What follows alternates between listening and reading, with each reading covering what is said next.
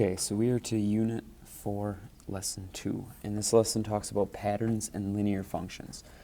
So in the last unit, you were basically just reading graphs and talking about how two values can be related based off of a graph. So we are going to get more specific.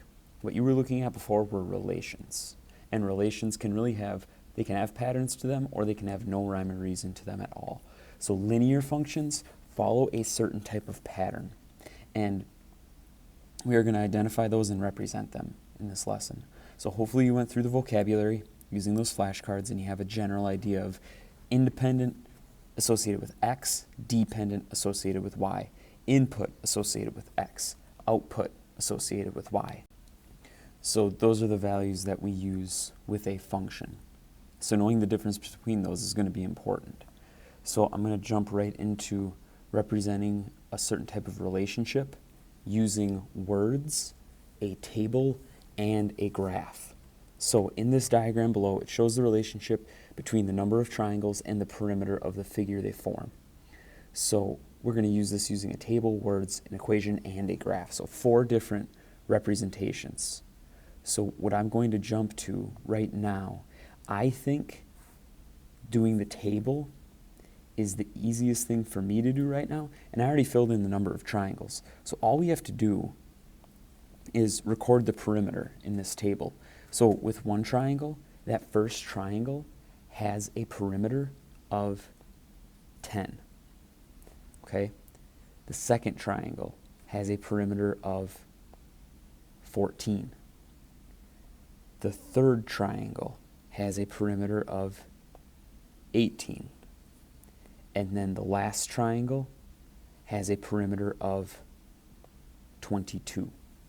So basically what we're looking at is, in words, we can talk about the variables in this. So for this, if we look at the table, if we look at the graph, our equation, we would define our variables as X being the number of triangles, and then perimeter, Y is our perimeter of the figure they form. So we could define variables, and we could say, if we look at that relationship, every time we add a triangle, we're adding 4 to the area, or the perimeter, sorry. So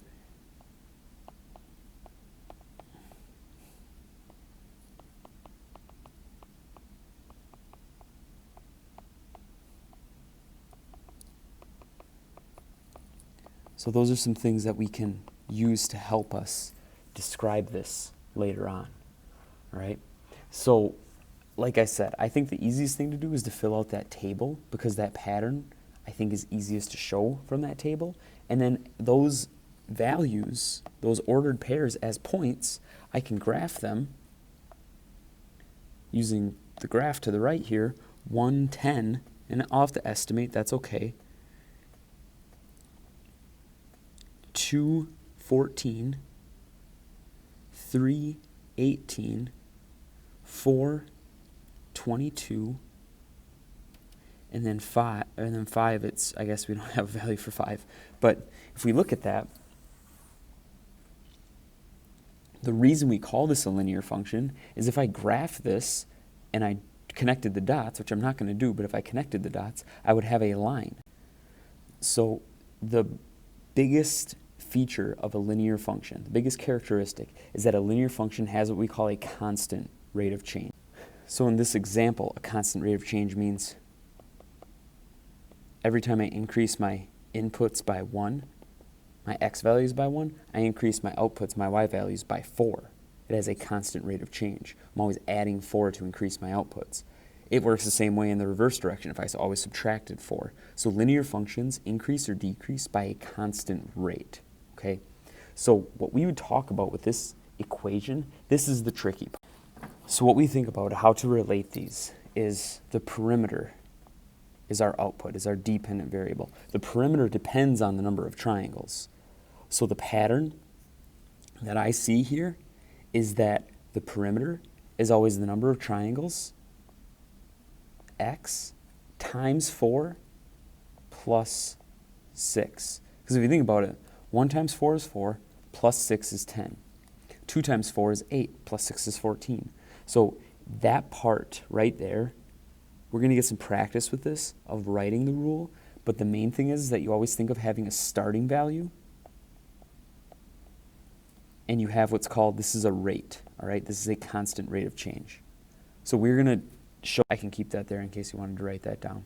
But I'm going to show this in the next example to help kind of solidify this a little bit. In the next example as well, okay? Sorry. So in the next example, we are going to represent, this is going to be another linear function, and I'm giving you the table, okay? And I'm kind of giving you the graph, just to show that linear relationship. But the table shows the relationship between the number of photos, x, you take, and the amount of memory in megabytes left on your camera's memory. So it follows that, the more photos you take, the more that are stored, the more your memory runs out. So your memory is decreasing.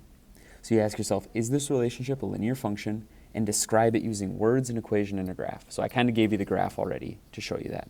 But understanding this as a linear function, this is linear, okay? It is a linear function. And the reason that is a linear function, is that this has a constant rate of change. And if we look at our pattern in this table, that constant rate of change is -3. Every time we take a picture, we're losing 3 megabytes of memory. Okay?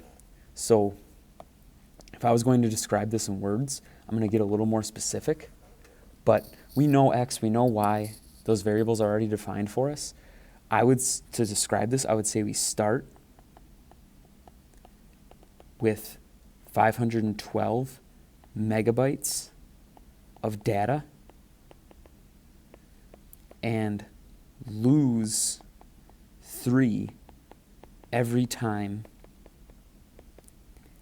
we take a picture. So that would be how I would describe that. We start with a value and we're losing something every time. Okay? So for this equation, this function, we're going to relate y, because y depends on x. The memory depends on how many photos we take.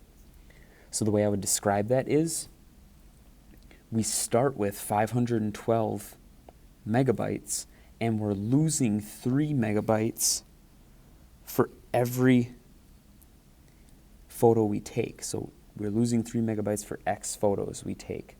So that'll keep decreasing. And like I said before, this will create a line. Now we don't draw the line right now because this isn't continuous, but we'll talk about continuous and discrete later. That's not really important right now. What I care about is you getting some practice understanding the relationships and what's linear and what's not linear. So if something is changing by a constant rate of change, meaning it's adding the same number or subtracting the same number for each change in outputs, that's a linear function. Any other type of relationship, not linear. So you're going to get some practice on this in a second. And with these notes, I know it's kind of hard to take some of this in a notebook. If you need a copy of the notes, you're free to print them off. I will post them, or you can arrange to have somebody come to school and pick them up. I am here pretty much every day from 8 to 3. So just as long as you give me a heads up on when you would be here, I'll print those notes off and I'll get those out to you.